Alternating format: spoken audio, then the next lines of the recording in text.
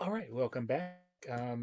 Today we are going to be talking to Anthony Del Cole. He currently has a free comic about it's called Totally Under Control, a COVID comic book investigation. It's about how Trump ignored the science, planning, and how his own team when the virus struck. Anthony has also done some other, I would say, nonfiction comics, along with some you know, other stuff. I talked to him in 2018 at the New York Comic Con, and at the time we were talking about his Son of Hitler and I believe Kill Shakespeare. So let me bring him in and let's find out more about what he's currently working on. Hey, Anthony, how's it going? I'm doing fantastic, Chad. How are you this evening? Yeah, I'm I'm here. Busy day. we're surviving. We've survived. We've survived the day. We've lived to tell a tale. According Yeah, to the world these days, that's a positive. So that's a good it's a thing. win. It's a win. It's a win. So Chalk one up.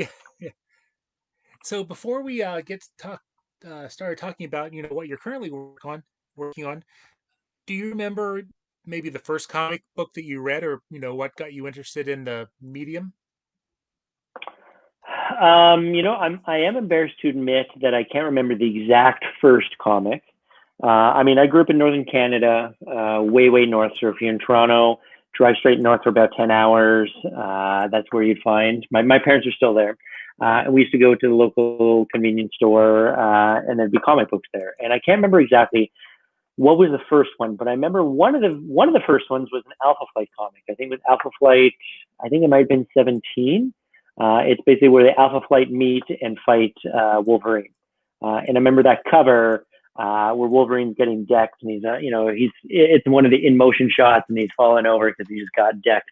And I remember just that image kind of jumped out, and of course, being Canadian, I was like, oh my God, who are these superheroes that are Canadian? This is kind of cool.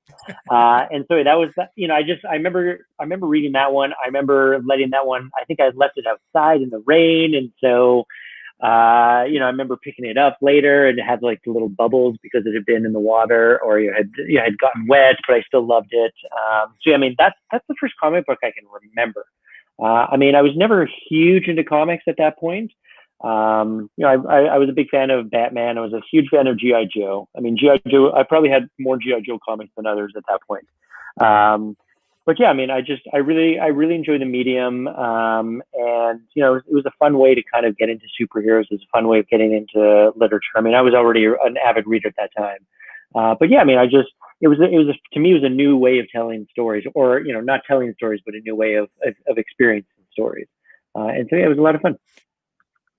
And what what inspired you, want to start writing them yourself? Flash forward years later. So I mean, as you know, when I was reading like that Alpha Flight comic, Batman, GI Joe, that kind of stuff, I was maybe like 6, 7, 8 years old. Um, and as I said, I mean, I was never huge into comics. I continued to read some Batman along the way, and then I just kind of stopped reading for years. I got involved in, I got interested in sports and baseball, and then interested in film and TV and that kind of thing. And then it wasn't until maybe the early 2000s. Yeah, maybe the early 2000s. I graduated from university, and I had become friends with a guy by the name of Connor McCreary. Connor, of course, went on to become my co-creator of Kill Shakespeare, which you had mentioned at the top of the episode. And he was actually working at the Silver Snail Comics in Toronto. And he started to tell me, like, yeah, I know you haven't read comics before, but you need to get back into it. And I was like, oh, it's just superheroes. I know there's interesting stories there, but it's not something that really appeals to me. It's like, no, look, you need to read this stuff. And so he actually physically pushed these titles into my hand. So I mean, he's like, yeah, they're just not superheroes. So I mean, he put Fables in my hand. He put The Walking Dead. He put Why the Last Man. All these stories, and it made me realize, oh my God, like there's some really great storytelling, like not just in superheroes or not just like in genre, but just storytelling in general. Some of the best. I mean, just look at how how much Why the Last Man has redefined storytelling over the last 15, 20 years. And so at that point, I just started to realize how great these stories can be. And that's what really got me excited about reading comics. And then that's, subsequently that, or not subsequently, but like shortly thereafter, that's what got me really excited about actually writing comics. And that's when Connor and I, we had just come up with the concept for Kill Shakespeare, and then we decided to put it together as a comic book series. Yes, and I know that you've also, along with Kill Shakespeare, Son of Hitler, you also wrote Luke Cage for, a miniseries, I believe, the digital first one. Yeah, I wrote Luke Cage Everyman, which I think came out in Okay. 2018. Yeah, it's 6 issues. Yeah, it was part of a Marvel digital only or digital first. Mm-hmm. That was a cool experience. I mean, for those that haven't read it, I mean, in this one, Luke is diagnosed with. Oh, sorry.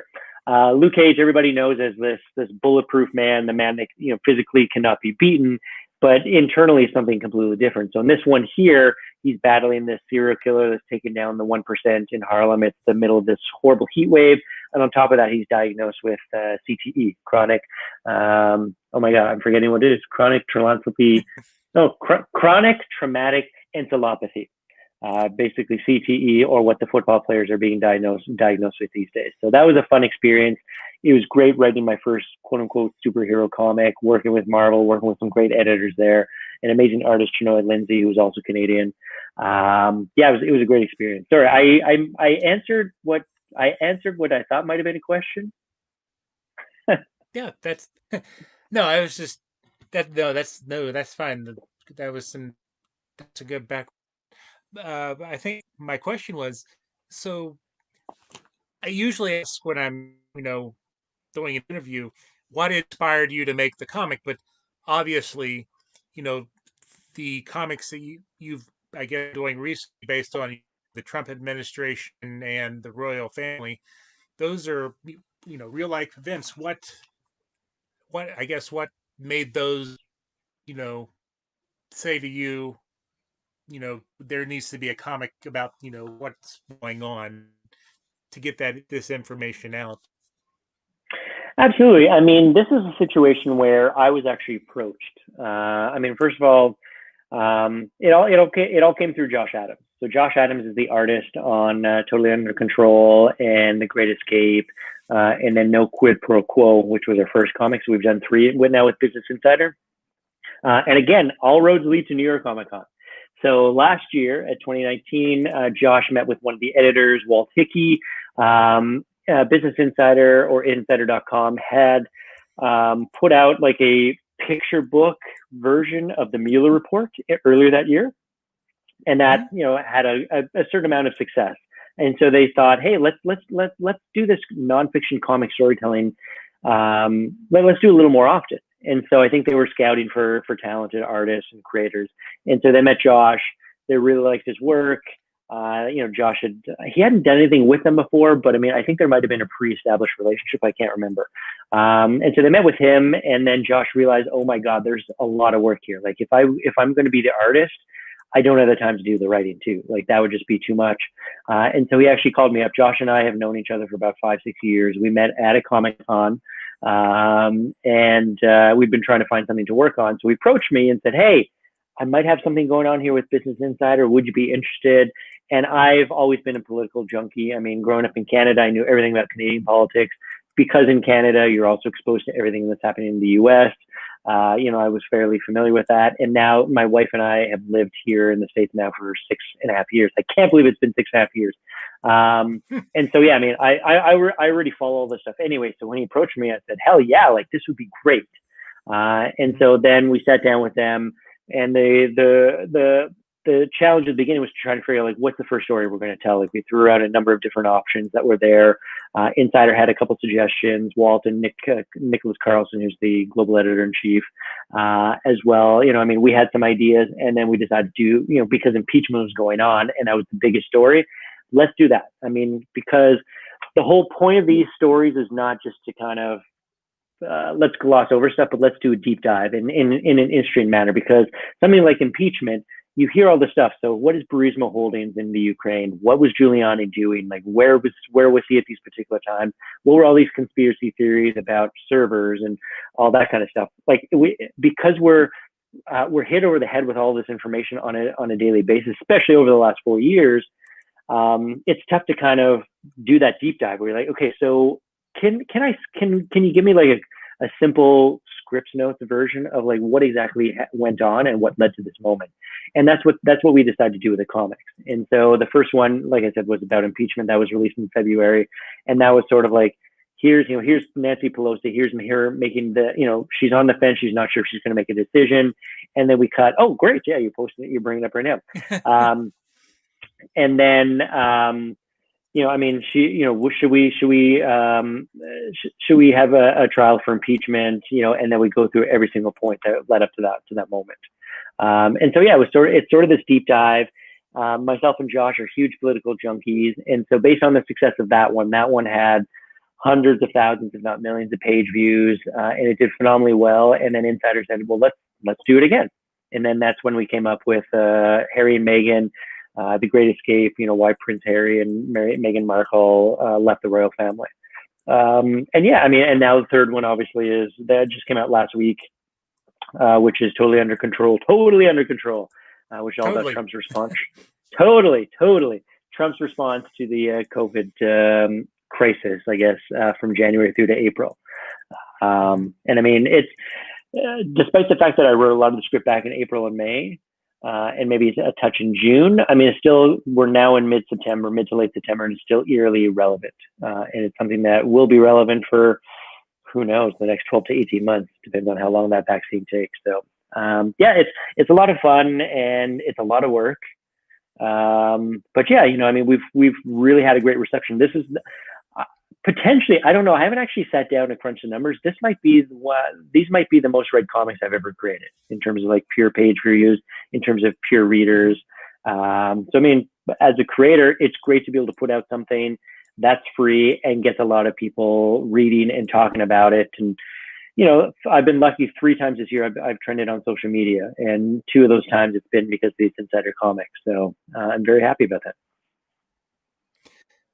So how much research does something like this take, and how hard is it to kind of remain neutral, I guess? Because sometimes I would think writing something like this, it would be easy for personal feelings and about what topic to spin. Absolutely. So I mean, I'll answer the second half first. I mean, how do I keep my own political biases or my own perspectives out of it? Really, what allows me to do that is it has to be, it's nonfiction. So I'm not allowed to create anything. I just, that's the mandate. Like I cannot, this is not fiction. This is nonfiction. So, I mean, I can't put any composite characters. I can't put anything that didn't happen in real life. I have to have everything sourced. And I mean, not just sourced from like small little websites or something like that. Like all of my research that I do is from the New York Times, Washington Post, CNN, Fox News. Well, not Fox News, but I mean, I would do that to check checks and balances. Yeah. Fair and accurate, of course. Fair and balanced, exactly. So I mean, like all the top sources, so I make sure that everything is diligently researched. And that's, I mean, there is always the question of like, what do I put in? What do I not put in? And my bias there is not political. My bias is more from a story perspective. What will work? Because I mean, what's similar between the nonfiction storytelling that Josh and I are doing with Insider and all the fiction stuff that I've done over the years. The consistent aspect is that it's always about one person or a group of people, like your hero or your main character or your main person. What do they want? What are the obstacles? And what do they do to try to overcome the obstacles? Like that's just basic storytelling. And so sometimes, I mean, I might have to skip 1 or 2 events if it doesn't help out, like if it doesn't work towards that. I mean, for instance, right now I'm in the middle of editing, doing a rewrite on our next project with Insider, which is a trilogy that'll come out next month, which is going to be great. And Josh is killing me because, we have to get this out next month. He hates me. He absolutely hates me right now. But no, so I mean, really, it's all about that. And then with respect to the first question, and this is sort of moving in that, is that how much research? There's a lot of research. There is so much research that needs to be done, especially this new one that I'm creating, because this one, again, we want to make sure that we don't have the feeling of that we're coming in from a specific perspective. So this one here, I'm actually taking out all narration. So it's not like on March 25th, Donald Trump did this. On April 17th, the Republican Party did this. The Democratic Party did that. I'm taking that out completely and just saying, hey, here's the date. We show the image, and then we show something from, what a broadcaster was saying at the time. So something from CNN, something from the New York Times, from Washington Post, from the Wall Street Journal, whatever it is. So yeah, I mean, it takes a lot of research. I mean, fortunately, Walter Hickey, who's our main editor at Insider, he's great. He pours through a lot of stuff and guides us in the right direction. Nicholas Carlson, who I mentioned already, the global editor-in-chief, he's just so incredible when it comes to story. And they're really great to have, they've got my back on this stuff, and they're really able to kind of point me in the right direction. But in terms of the battle in the trenches every single day doing this research, it's consuming. And it seems like you think it gets easier, but it seems like it's getting harder every single time. I mean, of course, with this new trilogy that we're creating, which I think we're slated for October 15th or like mid to late October. There's a lot of research that's done for it. So, but I mean, like I said, I'm a political junkie. I've always read the news. I've always been fairly on top of what's happening in the world. And so this is sort of, much like with a lot of the nonfiction or sort of a lot of the fiction stuff I've done in terms of comics, even in terms of podcasts, that kind of stuff. A lot of it is like, historical fiction. Assassin's Creed, Kill Shakespeare to some extent, Son of Hitler. I mean, these are all historical fiction tales. So, I mean, again, I'm kind of in my wheelhouse. So I'm doing nonfiction with respect to stuff that's happening in current affairs, and I do a lot of fiction stuff in historical fiction. So it's a lot of fun. Do you know of any plans to do a print run of these stories, or like we're actually in conversation because when our first one, the one that you were displaying, No Quid Pro Quo, the one about impeachment, there were hundreds, if not thousands, I can't remember, that were asking for a print copy of it. Some people are like, this should be in every single library in the country. This should be in every single classroom, because this really does a great job of explaining it in a fun, visual manner. And so, we're actually in conversation. So we'll probably put a compilation of all of the ones that we've done thus far, and then the ones we'll do beyond, into some sort of collection. So we're talking to potential partners at the moment. Nothing to announce, no spoilers or anything like that, or no scoops. But yeah, the plan is to put it out. I mean, right now it's free, which is great. But it's also great to have it on a bookshelf and to kind of like go through and read about like, how did impeachment happen? What happened with COVID? What happened with Harry and Meghan? It's sort of like a timestamp as to what was happening in 2019, 2020. Right. Now you're also doing some other project you sent me, Nancy Drew. Is it easy to kind of step from the real world back into the, the fiction world and then back forth? It is. It's actually a nice palate cleanser. You could think of it as, because I mean, I always try to juggle a number of projects at the same time. Yes, I'm Canadian. I say projects. I don't know why. I think that's how I was raised. I always try to have a number of projects ongoing at any moment, just because, sometimes you get stuck. Sometimes you're working on a page, say, for Totally Under Control, and you're like, okay, I think I got this, but I need to do a little bit more research and figure out what happened then. But I've been doing research now for the last hour or two. You know what? Like, let's just take a break. Let's take a step back. I have to do some work on the death of Nancy Drew. I have to do some work on this next podcast. I have to do some work on this. It's nice to be able to do that thing, because, in terms of fiction, when you're coming up with something out of the blue, like, hey, that's a good idea, let's put that in. Sometimes you're searching and you can't find that idea. And the best thing to do is kind of like just say, look, I'm not going to press myself. I'm not going to go into writer's block or anything. I'm just going to turn in this direction and maybe do a bit of work over here. And then while I'm working here, I'm like, oh, you know what? I know. Oh, it's right here. That's the idea. That's what I needed over there. So it's great to be able to kind of spend my time doing both. So tell me a little bit about the death of Nancy Drew. I mean, I remember reading the books growing up. But after that, I pray. Once I hit a certain age, I pretty much lost interest, and I know the CW has a Nancy Drew show on, but that's about as much as I know about it. So tell me about the death of Nancy Drew.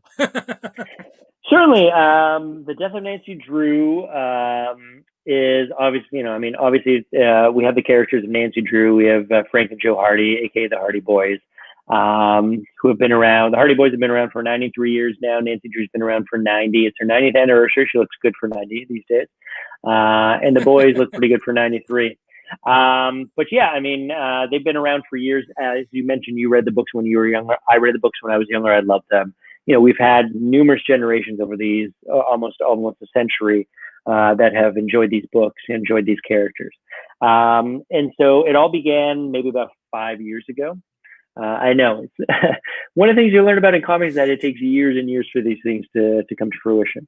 So maybe about 5 or 6 years ago, I read a comic called Afterlife with Archie by Roberto Aguilar Sacasa. Brilliant storyteller.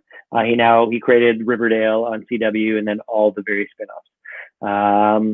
So I mean, I read his book and it was all the Archie characters, and this is before Riverdale came out, obviously. But I mean, he put them into like a Walking Dead scenario where there's a zombie outbreak in Riverdale and they have to survive. And I love the concept of taking these well-known characters that people are familiar with, that have been around for years and years, and planting them into completely different genre, into a different type of story. Because to me, it's sort of, it allowed them to be there, to be the same characters, but also to kind of grow or to evolve into like new versions of those characters. And so I read that and I was like, wow, that's genius what he did. Is there something I'd love to be able to replicate that? Are there characters from my childhood that I love, that I would desire to put into like a different genre? And so immediately, like Nancy Drew and the Hardy Boys kind of came to mind. I was like, oh yeah, that'd be really cool. Like, let's do like a real modern update. And for some reason, it just immediately came to me that, oh, it's going to be noir. Like, I mean, their stories, again, written 90 years ago, even the ones that were written 40, 30, 20, 10 years ago, they're sort of like very simple, very PG. They're very like, oh shucks, like 1950s. That's sort of the perception of Nancy and the two, especially Frank and Joe Hardy. And so I thought, okay, let's do a complete 180. Let's put them into a different genre. And so let's do noir. And immediately the first image that came to mind was Frank Hardy in an interrogation room at the police station, being interrogated by a very rough police officer or detective because he believes that Joe murdered his father. And then in another completely different room in the exact same police precinct, you've got Frank Hardy, and he's being interrogated too. And you're like, what? Frank and Joe Hardy are being investigated or interrogated for the murder of their father? What? So, I mean, that was the initial image. And to me, I'm like, oh, that's noir. Like, that's noir storytelling. They'll have sarcastic quips with the investigators. Their father was a former cop, so they know exactly what these guys are doing or trying to do to them. And then, of course, they team up with Nancy Drew, who starts off as like a very femme fatale type character. And so they work together to figure out exactly who killed the Hardy's father, Fenton Hardy. And so that was the first story. That was Nancy Drew and the Hardy Boys, The Big Lie, that came out in 2017. Myself, I was the writer of it. Werther Deladera was the artist. So I had this idea. I reached out to the license holders. I was like, okay, well, who owns the rights to these, to the characters right now? And I met with Laura Becker. She was a licensing agent, still is. For these characters. And she said, you know what, Anthony, you came to me. I love your pitch. And you came to me at just the right time. The rights are coming available in a few months. And so I worked with her, and then we shopped it around to the different publishers and then signed with Dynamite. So like I said, the first series came out in 2017. I was busy. Dynamite was busy. And so it was always intended to be 2 volumes. So 6 issues and then 6 issues. And so finally last year, the stars aligned, if you will, and we decided to let's do the second half. And then the second half, of course, is the death of Nancy Drew. So the first our story arc ends with discovering who the murderer of Fenton Hardy is, and then they're part of like a bigger organization. And then at the beginning of part 2, Nancy's dead. She's been killed by this organization. She continues to investigate to figure out like who's the big bad behind this organization, and she's killed. And so the book begins with Joe Hardy, distraught. He's at the gravesite of Nancy Drew, and he's like, everyone's saying everyone says this is an accident. I don't think it is. And so I'm going to do everything I can to find out who actually killed her. And then he teams up with Frank Hardy, his brother, and to discover what actually happened. Spoiler alert: Nancy's not dead. How could you kill off Nancy Drew? But I won't tell you exactly what happened. But she plays a big role in the series. The reason I'm saying this is because 4 issues are already out, and this caused a huge. I mentioned that I've trended on social media 3 times this year.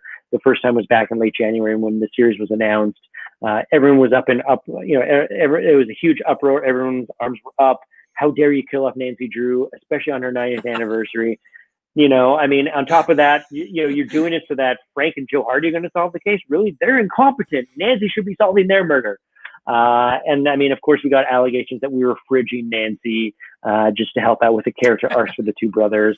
And I told them, I didn't say right off the bat, but I said, look, trust me, this is a traditional noir story, and their influences for us are films like Laura, Sunset Boulevard, The Big Sleep. All these stories where you're like, wait a minute, not everything is as it appears to be. It's very noir. It's a lot of shadows. Yes, it's color, but you could almost take the colors away and it would be an amazing book. It's gritty. They go into the dirty edges of Bayport. We find out what's really happening there. Even Nancy, this is her hometown. She's kind of shocked as to what, all these nefarious things that are happening in her little town. That came out with, it's come out with Dynamite Comics. First issue was supposed to have come out April because of the pandemic. I think it was released in July. So 4 issues are out. 5 comes out, I think, early next month. Issue 6 will come out in November, I guess. And then the collected trade probably in January, February. Well, not pitching you a story, but if you need want to do a third, story, The 3 Investigators. Did you ever read any of those books? They were like the 3 Investigators. It was like the Alfred Hitchcock. Those are great. Really? Check it out. 3 Investigators. Yeah. Okay. They were like 3 boys, and they would solve mysteries, and it was interesting. Really good. I've got to check this out. 3 Investigators. Okay. I know the common joke is like, all right, so what's next? Encyclopedia Brown? I'm like, you mean Wikipedia Brown? But it's a lot of fun. If you look at my oeuvre, I think I'm using that term right. I'm sure I'm butchering the pronunciation of it. I was having a conversation with a podcast exec maybe about a month ago or so, and she's like, so you're kind of like the Quentin Tarantino of comics. I'm like, well, I don't know about that, but I do like to take these pre-existing characters or genres and kind of do like little twists on them. So Kill Shakespeare is a world where all of Shakespeare's characters all coexist. They're all in the exact same world. So Hamlet and Juliet and Richard III and Othello and Lady Macbeth. Assassin's Creed is nonfiction, where it kind of like my most recent one with Assassin's Creed is the podcast, Assassin's Creed Gold. And that one, I basically tell a whole new story about Isaac Newton, the famed philosopher and thinker and scientist, and shine a spotlight on this true life story where he actually was this badass, dirty Harry, like this dirty cop type of character or type of individual. But I like to do these little twists on pre-existing IP, whether it's Nancy, whether it's Frank and Joe Hardy, Shakespeare, that kind of stuff. So it's just a blast, and so I'm looking for my next IP. So I will look into 3 Investigators. So, I think the final question, unless is there anything else I may have that you'd want to talk about? Do you do a podcast? Because you have noticed you've been saying podcast. Or do you do a podcast or? I don't do like a weekly, like a regular podcast. But what I've been doing a lot of work of late in audio fiction. So like fiction podcasts. So my most recent work in that world was in February, we released Assassin's Creed Gold. and that's an eight episode series through Audible, where we take the characters, so we take the world of Assassin's Creed and we create a whole new story. So it stars Emmy Award winner Riz Ahmed from Star Wars Rogue One, and Anthony Head from Buffy the Vampire Slayer. And yeah, so like I said, it's a really cool story. Back in the late 1600s, Isaac Newton became the warden of the Royal Mint. And he was tasked with stopping this counterfeiting. Counterfeiting was rampant across England at that time. The value of currency was plummeting. And so they're like, hey, Mr. Newton, you're a genius. Maybe you can help solve this for us. And so he did whatever it took to take down these counterfeiters. So I create in the story, I've created he's sort of like Sherlock Holmes, and there's a Moriarty character. And his Dr. Watson, played by Riz Ahmed, is this blind assassin who's assigned to help him out. And he's a really, really cool character that I'd love to dive into later. There's also a modern day storyline, like his, the blind assassin, his modern day ancestor, and how she's accessing the memories of her ancestor. But yeah, I've been doing a lot of audio fiction stuff. I've done three titles with Audible. Two of them have hit number one. Assassin's Creed Gold is the number one top ranked series on Audible this year. I had one that came out in 2018, Unheard: The Story of Lana Winslow. Coming up next is, I think in November, I have an episode on a podcast anthology series called The Truth, a fiction series.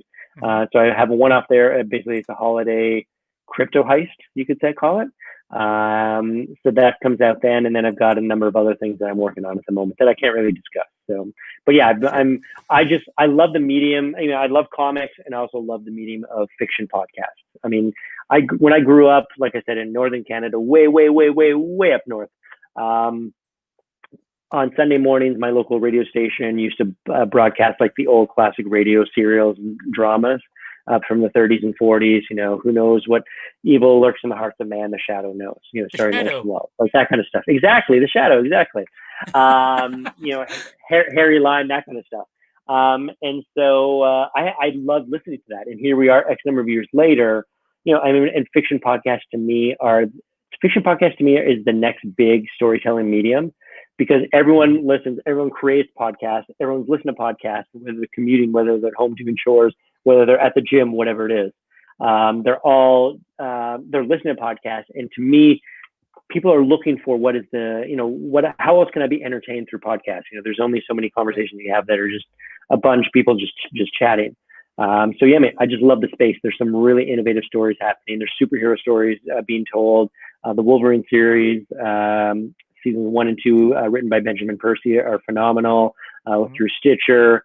There's some really good stuff that Gimlet has put out. Q Code has put out some great stuff. Wondery with Blood Ties just released something, season 2, which is even better than the first season. There's some really great stuff out there, and I'm riding the wave, and I'm just really enjoying writing in that space. So I don't know if you kind of just answered that, but you're reading anything you would recommend at this time? Am I reading anything right now? Oh my goodness. Do I have any time to read stuff? That's the real question. Yeah.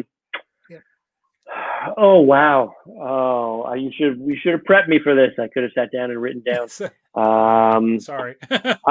No, that's fine. Right now I'm reading I'm reading a book. It's called Dominion. There's a British author by the name of C.J. Sampson. And I'm pretty sure the first book is called Dominion. It's a really cool historical fiction series. It takes place back in just pre-Elizabethan era, so I think the 1500s. And he's a hunchback priest who is solving crimes. He's basically a detective, like a hunchback priest detective. And it's really, really fascinating. It does a great job, and I'm only about halfway through. This was recommended to me by a friend of mine, an entertainment lawyer, who said, you have to not only read this, but you have to turn this into a television series because it would be great. But yeah, so I'm really enjoying it. Alex, thanks for the recommendation. It's a blast. I'm really enjoying it. It gives a really great description of what the world was like at that time. So that's what I'm reading right now. And then in terms of viewing, I just finished a German series on Netflix. I'm going to be one of those pretentious guys that watches European television series. It's called Biohackers. My wife and I binged that one over the span of the last week or so. 6 episodes. it's real. I mean, it's not the best series of the year, but it's really intriguing. I'm just personally obsessed with medical thrillers and in this whole concept of biohacking. How people are modifying genes and genomes and trying to get to the core of what life is, and then trying to alter that. Whether it's as simple things as planting chips, like implanting chips in your head, or in your, Mm-hmm. like tracking things in your arms. Whether it's like doing, just doing regular body hacking, just try to improve yourself. I mean, I'm really fascinated by this. There's a really interesting subculture, and so I've been trying to find a story that I can tell myself. But these Germans, or this one specific German, writer director who created the concept, and I think it's Christian, not Mirth. Oh my God, I'm blinking on the name. But it's well done, and it's enjoyable because it's a really interesting world. My wife, after watching, she's like, "Is this real? Is this really happening?" I'm like, well, they've fictionalized some things, but yeah, I mean, it's sort of on the cusp of. It's not it's sci-fi, but not like hardcore sci-fi. And she really enjoyed it. So, how Nice. about you, So Chad? What where can you can recommend? What can you recommend? I mean, well, other I've than finally other than my Insider Comics and Son of Hitler and yeah. Death of Nancy Drew, of course. Well, I am, I think, current on Amazon's The Boys, and trying to Mm. get through Lock and Key on Netflix. But television? Oh, the television show. Yeah, yeah. I haven't tackled Yeah. Lock and Key on Netflix yet. I mean, I'm a huge fan of the books. I mean, I think that's one of the best comics of the last 10, 15 years. It's just amazing storytelling, amazing art. But yeah, for some reason, I don't know. I just haven't really tackled the series yet. I don't know why. Mm.